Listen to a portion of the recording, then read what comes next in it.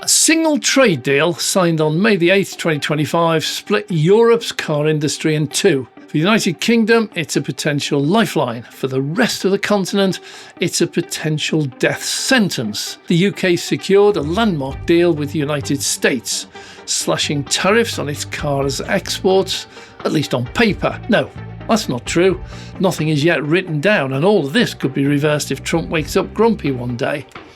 The European Union, meanwhile, was left out in the cold, staring down a punishing new tariff wall that hit the German car industry particularly hard. Exports pretty much just stopped. And just like that, any hope of a unified European response to the biggest shift in the auto industry in a century was shattered. Well, America's trade war with China has drawn a clear line in the sand. Well, at least for now. But for Europe, that line runs right through the middle of its factory floors. Now the continent's industrial giants are facing an impossible choice. Do they align with a protectionist America that's already playing favourites, or do they embrace China's cheap, advanced electric vehicles and risk becoming a technological colony of Beijing? The battle lines are drawn, and for both the EU and the UK, picking a side could be a lose-lose game. We're going to break down the economic fallout and forecast who really wins when Europe is forced to choose. Well, not long ago, after the collapse of the British car industrial might, the automotive world switched to Europe. German engineering, Italian design, they set the global standard. But while Europe was busy perfecting the combustion engine, China was playing a different game altogether. It wasn't just building electric cars, it was systematically conquering the entire supply chain needed to produce them. Today, that long-term strategy has paid off. In the first half of 2025, the market share for Chinese car brands sold in Europe doubled, hitting a record high of 5.1%. Their sales are surging, driven by aggressive pricing and a flood of new models. But the real story isn't just the cars on the road, it's what's inside them. China dominates the processing of critical battery materials, giving it a stranglehold on the heart of every EV. This has left European automakers, who once defined the industry, in a state of deep vulnerability. They're slower, more expensive, and years behind in the battery technology race. The crisis isn't coming, it's already here. The only question is how to respond, and every available option looks painful. Faced with this onslaught, both the US and the EU have reached for the same tools, tariffs. The UK hasn't yet. In April 2025, the Trump administration escalated its trade war, eventually hitting EU cars with new levies. The EU had already rolled out its own tariffs on Chinese EVs in late 2024, with rates hitting as high as 38.1% for specific manufacturers like SAIC. On the surface, it looks like a simple defensive move, but it's a trap. First, the EU is deeply divided. Germany, whose legacy automakers like Volkswagen and Mercedes-Benz depend heavily on Chinese sales, has openly opposed the tariffs. They fear retaliation from Beijing. But that's already begun. Horse, stable door. In December 2025, China slapped new duties up to 42.7% on certain EU dairy products, a move widely seen as a tit-for-tat response. Well, France, meanwhile, with fewer automotive ties to China, has been a major proponent of the tariffs, creating a paralysing split at the heart of the Union. Well, second, the tariffs aren't even stopping the advance. Chinese companies are simply sidestepping them. Rather than shipping cars from China, they're now building factories inside Europe. BYD's massive plant in Hungary is scheduled to begin production in the second half of 2025, and Chery has taken over a former Nissan facility in Spain, with its first cars already rolling off the line. This strategy is brilliant. It allows them to bypass import duties, qualify for local subsidies, and embed themselves directly into the European economy. The tariffs, meant to be a shield, are instead accelerating China's localization. This trade war is creating two completely different realities for the UK and the EU. Well, for the European Union, the economic fallout is severe. After the US imposed new tariffs in April, German car exports to the US plummeted by nearly 14% in the first 3 quarters of 2025.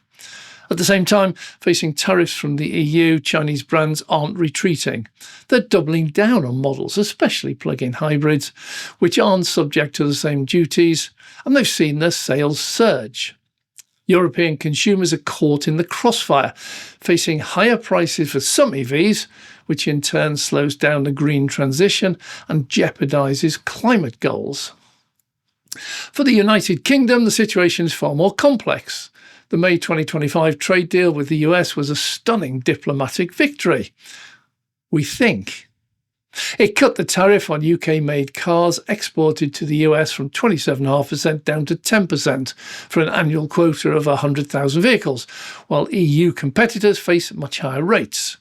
The deal also eliminated the 25% US tariff on British steel, a critical component for auto manufacturing. This gives British manufacturers a massive advantage in the American market. But the UK is facing its own ticking time bomb called the rules of origin. This is a legacy of Brexit. After a delay, a deadline is now set for January 1st, 2027. To sell a UK-built car in the EU without a 10% tariff, it must prove a significant portion of its value, especially the battery, was sourced from within the UK or the EU. With the UK's battery production lagging, this is a monumental challenge. The UK may have a golden ticket to the US market, but it risks being priced out of its closest trading partner in just a few years. So, what happens if Europe picks a side? Let's start with America.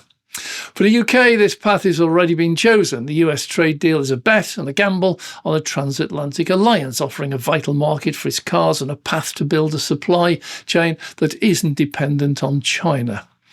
But it's a high-wire act.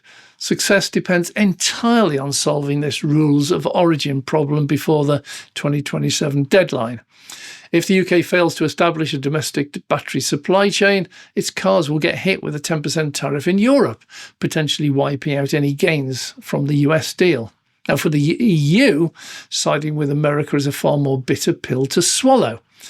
It means accepting the harsh reality of new US tariffs and the fact that the UK now has a better deal. It would force European companies to de-risk from China, unwinding decades of investment in the world's largest car market. This could lead to a slow, grinding decline for its automotive heartland, squeezed by American protectionism on one side and undercut by low-cost Chinese competition at home. Well, this path offers security from Chinese dominance, but at the cost of a profound economic pain. The alternative is just to turn east and embrace China. This scenario would see Europe lower its trade barriers and welcome Chinese investment and technology. The immediate upside? Well, an influx of affordable, high-tech electric vehicles, accelerating the green transition, lowering costs for consumers. Welcoming Chinese factories could also create thousands of local manufacturing jobs, at least in the short term. But the long-term risks are immense. This path could hollow out Europe's own automotive industry, reducing legendary brands to mere marketing shells for Chinese-engineered platforms.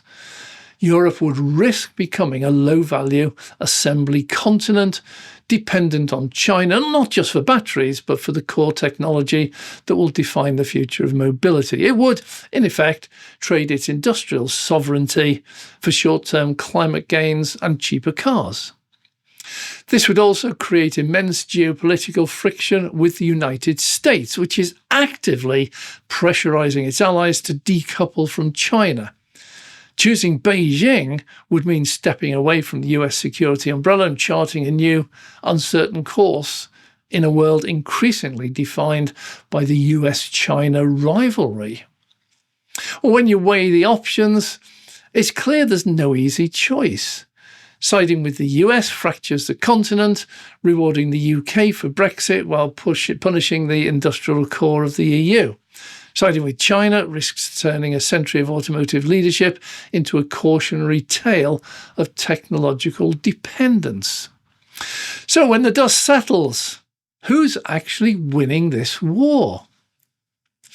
Well, first, most obviously, it's China. The tariffs intended to slow them down have instead forced them to become more sophisticated.